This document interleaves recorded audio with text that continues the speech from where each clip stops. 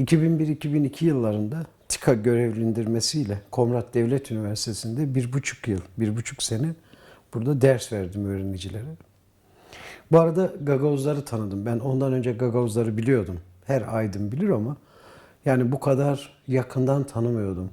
İnsan yapısını, kültürünü, folklorunu, tarihini. Burada tanıdıkça Gagavuzları sevdim ben.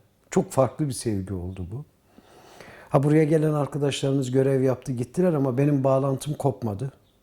Gagavuz kalender adetleri, ölüm adetleri, Gagavuz destanları üzerine çalıştım.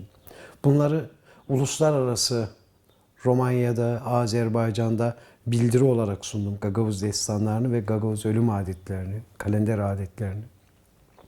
Sonra bir kağıdım çıktı, kitap çıktı Gagavuzlara dair diye. İnşallah bu dönüşümde de o kağıdı ya büyüteceğim yahut ikinci bir kağıt çıkacak. Gagavuzlar çok farklı bir topluluk. Artık Balkanları çok iyi tanıyorum ben. Kosova, Makedonya, Bosna, buraları gezdim, Romanya. Zaten buraya Romanya'dan geldim. Ama gördüğüm bir şey var. Gagavuzlar bu coğrafyanın en orijinal toplulukları, halkları. Yani siz yüzlerce yıl, yüzlerce sene Bulgarlarla, Ukraynalarla, Ruslarla, hatta Osmanlı'yla, Romenlerle beraber olacaksınız. Fakat kültürünüzü koruyacaksınız, dilinizi koruyacaksınız. Bir de bu küçük topluluğun bir özelliği var. Folklorlarını olduğu gibi korumuşlar, muhafaza etmişler. Dünyanın en orijinal topluluklarından birisi bu bakımdan. Yani bugün mesela Kırkmeçik adeti, Germanço, Hederlez, Lazari gezmekleri, Koladalar, bunlar hep eski takvime bağlı.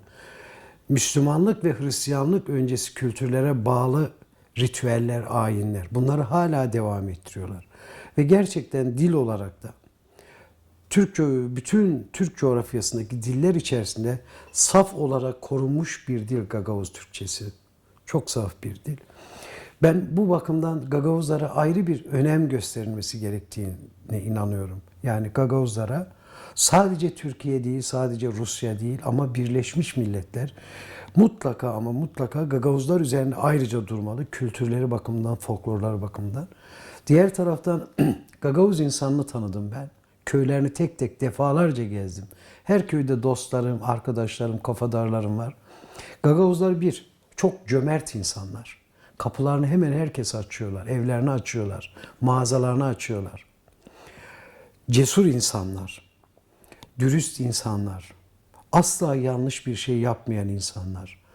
Gerçekten bu coğrafyadaki hem çalışkanlık hem ahlak bakımından, kültür bakımından en zengin topluluk. Ama çok küçükler, çok az kalmışlar. Maalesef ekonomik şartlardan dolayı bir kısmı Rusya'ya, bir kısmı Türkiye'ye, Almanya'ya falan gidiyorlar ve maalesef Gagavuzya'da çok azalıyorlar. Bu da bir üzüntü durumu. Gagavuzlar çok pahalı bir halk. Gerçekten çok pahalı. Ben bunu Doğu'yu da Batı'yı da bilen bir insan için bilen birisi olarak söylüyorum bunu. Pahalı bir halk. Hem bu yöneticiler, başkan, primar, bütün primarlar, köylerin primarları ve yeni başkanımız hayırlı olsun yeni görevde, deputatlar, Gagavuzların yok olmasını engellerler. Onların başka ülkelere gitmesini engellerler. Bunun mutlaka bir yolu vardır. Çünkü bu coğrafya çok verimli bir coğrafya. Çok şey var. Üzüm var, buğday yetişiyor, papşo yetişiyor, pek çok şey yetişiyor. Mutlaka insanlar burada daha iyi ekonomik bir duruma ulaşabilirler. Ben onu diliyorum. Buna Türkiye'de yardım etmeli, Rusya'da yardım etmeli, Avrupa Birliği de yardım etmeli, Birleşmiş Milletler de yardım etmeli. Ve ben diliyorum ki Gagavuz kültürü burada sonsuza kadar devam etsin. Çünkü Gagavuzlar burada varsa o güzellik Bulgarlarda da var, Ruslarda da var, Ukraynalarda da var, Moldovanlarda da var. Bu halklar birbirleriyle kaynaşmışlar ama hakikaten bu coğrafyanın, bu bölgenin en çalışkan, en şeremet, en kamil insanları Gagavuzlar. Bunu siz fark edemezsiniz, içindesiniz çünkü.